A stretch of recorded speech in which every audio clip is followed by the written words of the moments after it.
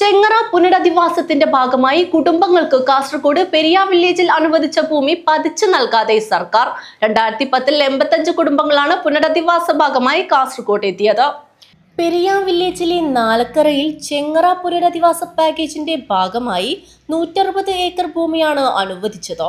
ഇവിടെ വാസയോഗ്യമല്ലാത്ത വീടുകൾ നിർമ്മിച്ചു നൽകിയതിനാൽ കുടുംബങ്ങൾ ഭൂരിഭാഗവും സ്ഥിരമായി താമസിക്കാറില്ല.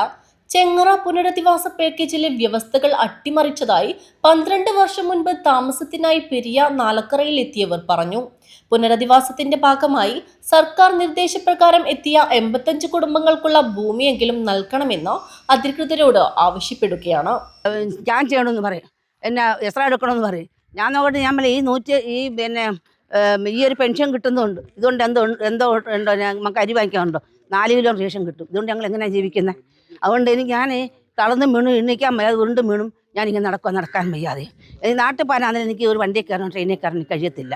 ഞാൻ തന്നെ കയറാനും എടുക്കാനും ഒക്കെ കഴിയും. അതുകൊണ്ട് ഇവിടെ ചടഞ്ഞിങ്ങനെ കിടക്കുക.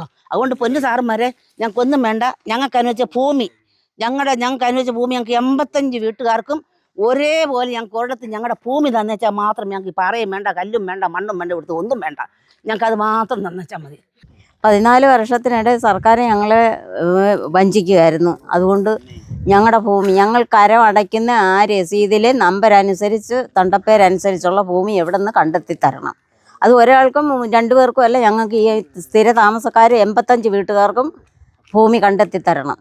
അതല്ലെങ്കിൽ ഞങ്ങളെ ഇവിടുന്ന് പറഞ്ഞു വിടണം. നിങ്ങൾക്ക് ഭൂമിയില്ല, നിങ്ങൾ നാട്ടിൽ പോകും. എനിക്ക് ഭൂമി ഇത് ഇല്ലെങ്കിൽ എനിക്ക് നാട്ടിൽ പോയാൽ ഭൂമിയില്ല ജീവിക്കാൻ. അതുകൊണ്ട് ഭൂമി കണ്ടെത്തി തരണം, ഇല്ലെങ്കിൽ ഞങ്ങൾ ആത്മഹത്യ ചെയ്യും. ഞാൻ 2012 രൂപ വില്ലേജിൽ കെട്ടിവെച്ചിട്ടാണ് ആദ്യത്തെ പട്ടയം വാങ്ങുന്നത്. കൃഷിക്കായി അനുവദിച്ച സ്ഥലം ചെങ്കൽപ്പാറ ആയതിനാൽ അതും തിരിച്ചടിയായി. വർഷങ്ങൾ പിന്നിട്ടിട്ടും ഭൂമി ലഭിക്കാത്തതിനാൽ 26 കുടുംബങ്ങൾ മാത്രമാണ് പ്രദേശത്ത് സ്ഥിരമായി താമസിച്ചു വരുന്നത്. News bureau, Kanhangad.